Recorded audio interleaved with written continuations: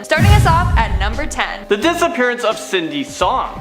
Cindy was a university student who was doing what any university student would do on Halloween, and that was having fun at a party. She spent the night out with her friends laughing and hanging out. Then she got a friend to drive her home to make sure that she got back safe. Her friend saw her walking into her apartment building, but that was the last time that anyone would ever see of her. The case was a mystery for a while, but then there was a lead. A man by the name of Hugo Marcus Selinski was suspected in the kidnapping and murder of this poor girl. People say he worked with an accomplice to pull off this crime. Things really started to heat up when police investigated Selinski's home, and they made a horrific discovery. They found a series of dead bodies in the backyard. One of the craziest parts of the story was when the person was suspected in helping Selinski killed Cindy, they actually showed up dead in Selinski's backyard. Then things got even crazier when Cindy's body was never found amongst the many things that were buried in Selinski's property. This opened everything up being a mystery once again. Coming in at number 9, we have the murder of Taylor Van Dyst. But before I go any further, make sure to give this video a big thumbs up and subscribe to our channel. It really helps us out, so please do so. On Halloween night back in 2011, Taylor Van Dyst left a party in Armstrong, Canada,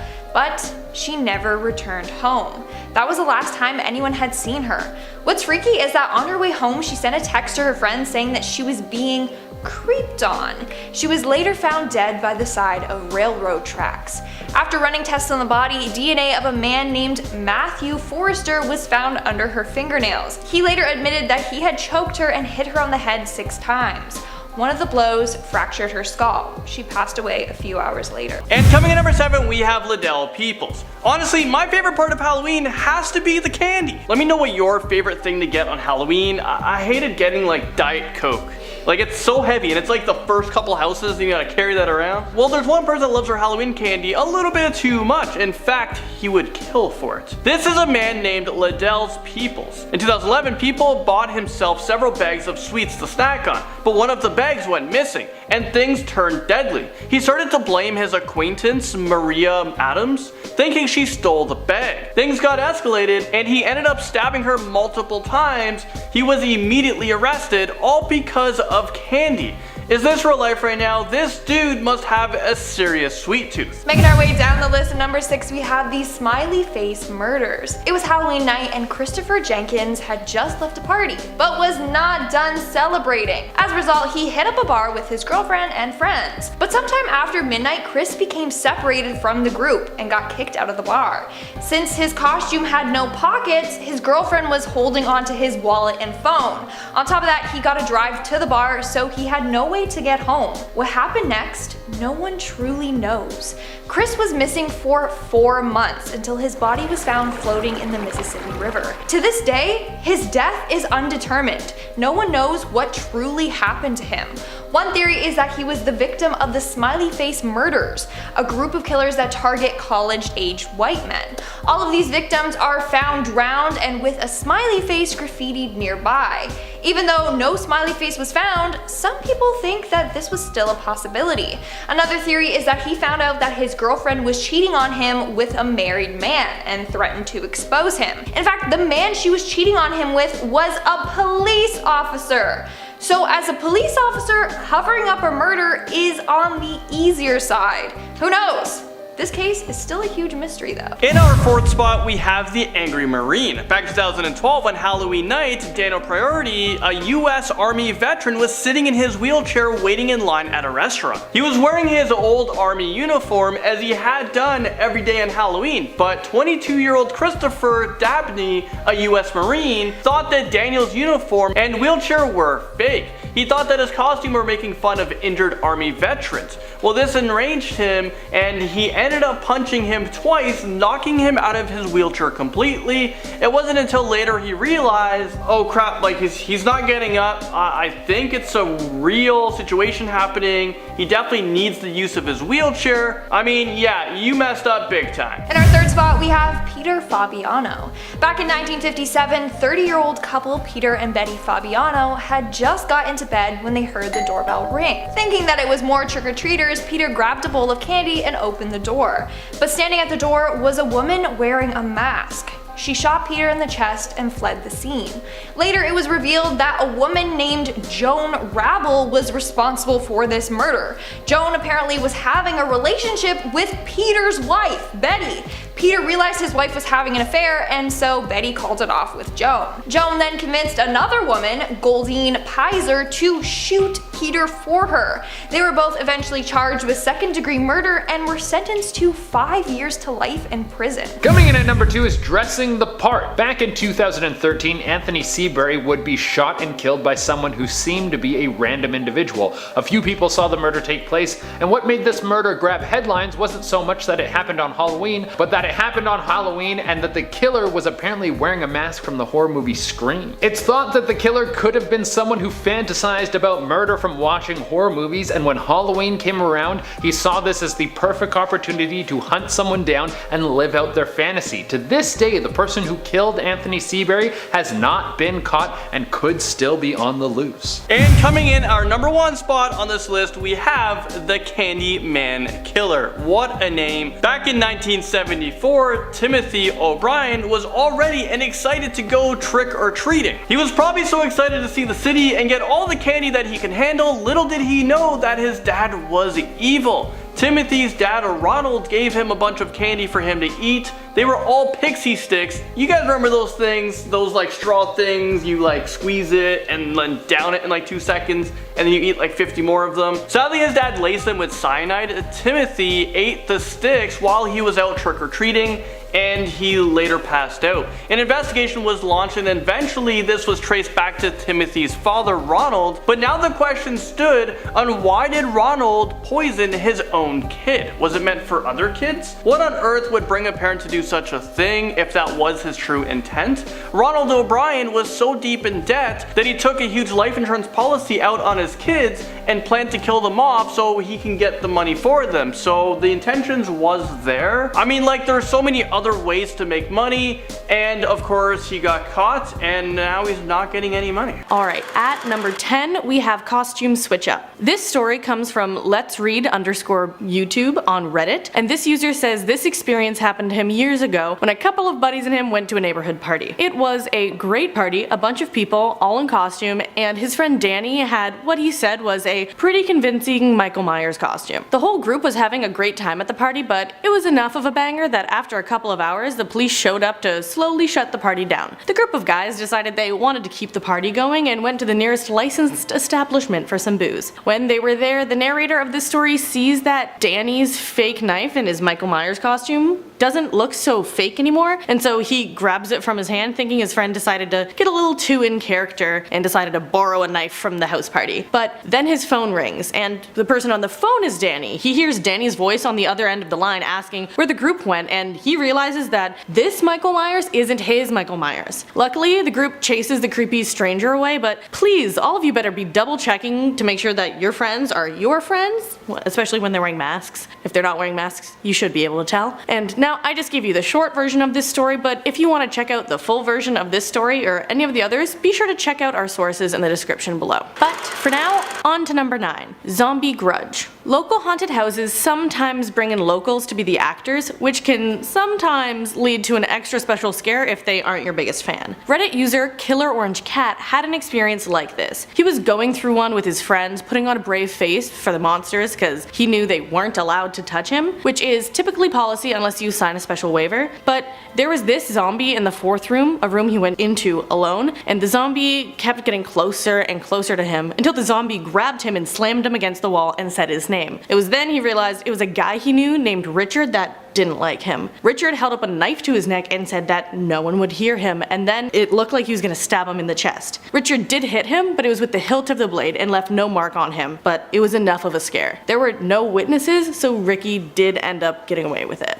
So I'm already deterred from haunted houses, so just be wary of local ones, because the actors, if you have any grudges, might be people you know. But not everyone gets just a scare in a haunted house, so buckle yourself up for the next few. Here is a warning of possible suicide, both accidental and intentional, for the next 3 numbers. At number 8, not a decoration. During Halloween in 2005, citizens of Frederica, Delaware thought there was a remarkably accurate decoration in their neighborhood. It was a body hanging from a tree. Around 7:30 a.m., people began to notice it but dismissed it as a Halloween prank. 1 hour passed, then another, and then close to 11 a.m., the neighbors realized the body wasn't a prop. Authorities were called to the scene and it was identified as the body of a 42-year-old woman. So, for many reasons, don't use decorations that appear to be hangings. It's not cool. And in 1990, there were 2 unfortunate deaths during Halloween due to accident or mistake. The first is our number 7, a haunted house springs horror. At a Halloween party, a group of friends was staging a haunted house in their basement. A fun idea in general. There were fake spider webs and plastic bats decorating an aunt's house. William Anthony Odom, at age 15, was staging a gallows scene. During this, authorities said the noose tightened around his neck somehow, and he passed away. If you would like to do a haunted house, there are other things you can stage, and if this first story from 1990 won't deter you to do something like hanging, hopefully a second one might. And speaking of safety, don't do what this person did. At number 5, run in with a vampire. Reddit user Killer Orange Cat used to like to pretend he was a vampire, he says. I just need you to know that because of the context. Now, when he was 17, he was trying to get into a bar and they wouldn't let him in, so he was sulking his way out, and this other guy noticed he was looking upset. Now, my first warning to you about this story is be wary of strangers. Just to let you know. So this random guy from the line got them beers, apparently also seeming to be a vampire enthusiast, and the 2 of them began drinking in a graveyard. Now, underage drinking, that's a no-no, and 2, doing that with a stranger in a graveyard maybe isn't the best idea. Anyways, so after getting tipsy by the tombstones, this Reddit user gets up and stumbles and hits his head on a headstone and knocks himself out. When this guy wakes up, not only is his head stinging, but his left wrist is too, and the stranger he met looks like he's cut his arm and is drinking his blood. So the dude passes out again and then comes to, and the mysterious vampire-ish guy is gone and there's a cloth tied around his wrist. So just take from that story what you will, as I should be thinking you were taking away safety first, stranger danger, be careful, but let's move on to the next one. Number 4, mystery man with a chain. This one comes from John Has Stories on Reddit. He was only 5 years old when it happened. On Halloween day, his mom noticed a man in a mask walk around swinging a chain. No other children around, there was no apparent reason for it, other than possibly a costume on Halloween. If I decided to go out for a walk on Halloween, I may wear a mask, you know, to get into character, or I would hold a chain, maybe to like lock up a bike or something, but both, it kind of seems a little creepy, and they were getting the same vibe. So anyways, his mom had seen this guy in a mask holding a chain during the day, and that night, while the little 5-year-old boy was trying to sleep, he hears scratching and banging on his window. It kept happening until it faded, and then there was nothing. It turns out that nothing came out of it, but what or who had been making that noise. John Has Stories says it still scares him to think about what it could have been, because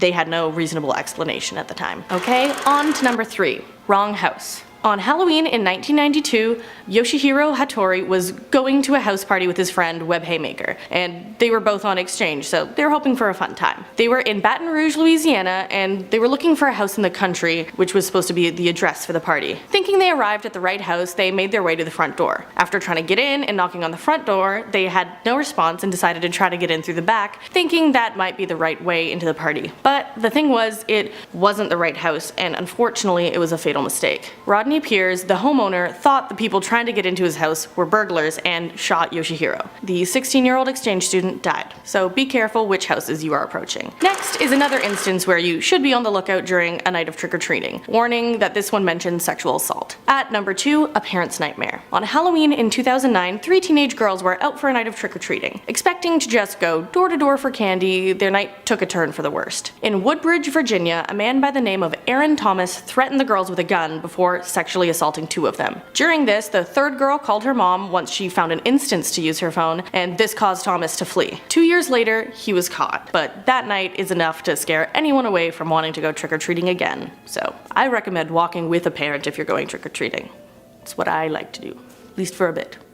But on to our final story at number 1, A Vengeance in the Valley. In Napa Valley on Halloween in 2004, 3 housemates, Leslie, Adrienne, and Lauren, were handing out candy to trick-or-treaters that evening. Then they all went to sleep. At 2 a.m., Lauren woke after hearing Adrienne scream. So she ran outside, but then heard screams again, so she ran back in. Once she was back inside, she saw that both of her friends had been stabbed. She called the police, but her friends unfortunately didn't make it. It turns out Adrienne's best friend's fiance didn't like how close Adrienne and her best friend were. Eric Koppel, the fiance and alleged murderer, was jealous and took it out in the worst way possible. 1. If you are full of a lot of feelings, please find someone to talk to because it helps. And 2, safety first is what I'm taking away from all of these stories. So just be on the lookout, be safe. Happy Halloween, but be safe. At number 9, we have the 13th floor. When you go into a building, why is there no 13th floor? We all know the superstition about unlucky number 13 and Friday the 13th. I mean, there's an entire movie series about it that gave birth to one of the most famous horror characters of all time. But there is a great urban legend that merges Halloween and the creepy 13th floor. Apparently way back when the 13th floor was still a thing in buildings, someone decided to put on a haunted house in one. A multi-layered haunted house that spiraled all the way up to the 13th floor. Each level of the house was a different theme and scarier than the last. This 13-layered dip of doom was so scary that most people turned around and headed back to their homes with pee-filled costumes. And those were the lucky ones, because everyone who managed to make their way all the way to the final stage was never heard from again. That's a crummy reward for being the bravest person around. Death? Maybe they were never heard from again because there was a bunch of gold up there and they took it and moved to the Bahamas. Well, that would be better. At number 7, we have college campus murders. Killing a bunch of co-eds all dressed slutty on Halloween night? Wow, so original. If you're gonna be a serial killer, at least bring something new to the table. Killing hot chicks on a spooky holiday is about as original as a seductive vampire movie. Well, this legend started in the 60s and it does have a little bit of flair to it. The legend involves a TV psychic making a prediction that a bunch of people will be killed on a college campus on Halloween night. Everyone goes crazy and college kids are too frightened to run around super drunk and half naked, and they spend their Halloween in their bedrooms watching scary movies, hoping next year they can hook up with someone they'll never talk to again. Of course, this never happened. It was a rumor kicked around probably by some teens. But I don't know, maybe for fun we should all go to a psychic and see if we can get them to tell us about a bunch of grisly murders that are on the horizon. Also, if you're psychic and you see the future and there's a bunch of people getting massacred, shouldn't you do something about it? At number 6, we have Halloween Hitchhiker. You're never really supposed to pick up hitchhikers, but I think you should be extra careful on Halloween night. It's just an extra spooky time, and you don't want some random person on the side of the highway to feel inspired by the date and then chop you into little pieces. The legend of the Halloween Hitchhiker is a tale as old as time. A trucker picks up a lady walking on the side of the highway. This is on Halloween night. She gets in, they start to talk for a bit, and the conversation leads her to talking about a gruesome murder that she witnessed. The girl who she describes in the murder is strangely similar to herself. The trucker is starting to get very freaked out. Luckily, they're close to her destination. He lets her out of the cab of the truck, she thanks him, and then when he looks in his rearview mirror to see where she goes, she vanishes. Spooky. At number 5, we have Halloween gang initiation. As time goes on, we get new urban legends that will fit our changing culture. The Halloween night gang initiation was a rumor that got passed around and even made its way onto the news. The public was warned that the world famous gang, the Bloods, was going to be doing a gang initiation on Halloween night. This initiation consisted of them killing 31 women on Halloween. Seems like a bit much. I mean, I've never been in a gang, but I'm sure after the first 15 you'd be like, you know, this guy is very serious. I think we should let him in. I mean, if I had a gang and someone wanted in, all they would have to do is take me on a really nice date and then afterwards give me their Disney Plus password, but I'm just a simple guy. This rumor also got so out of control that the number skyrocketed to 141 women. Thankfully, it was revealed that it was all a hoax, so ladies across the world could go out on Halloween night without worried about being murdered. Well, worried less about being murdered. I don't know how much you normally worry about being murdered. At number 4, we have Where's Mama's Head? A famous Halloween picture of Susan and John Buckley. It shows them standing with their mother, Susan with an axe in her hand, and John with his mother's head in his hands. And also, their mom's decapitated body kneels between them. This picture is over 100 years old and it looks terrifying, and the story behind it is all the kids in the neighborhood were going to get dummies and cut their heads off as a Halloween prank. John and Susan wanted to be the best pranksters in town, and they cut off their mom's head. Then they took this photo. The police came to the house and the Buckley siblings were nowhere to be found. What the police did find was their mom's body half eaten.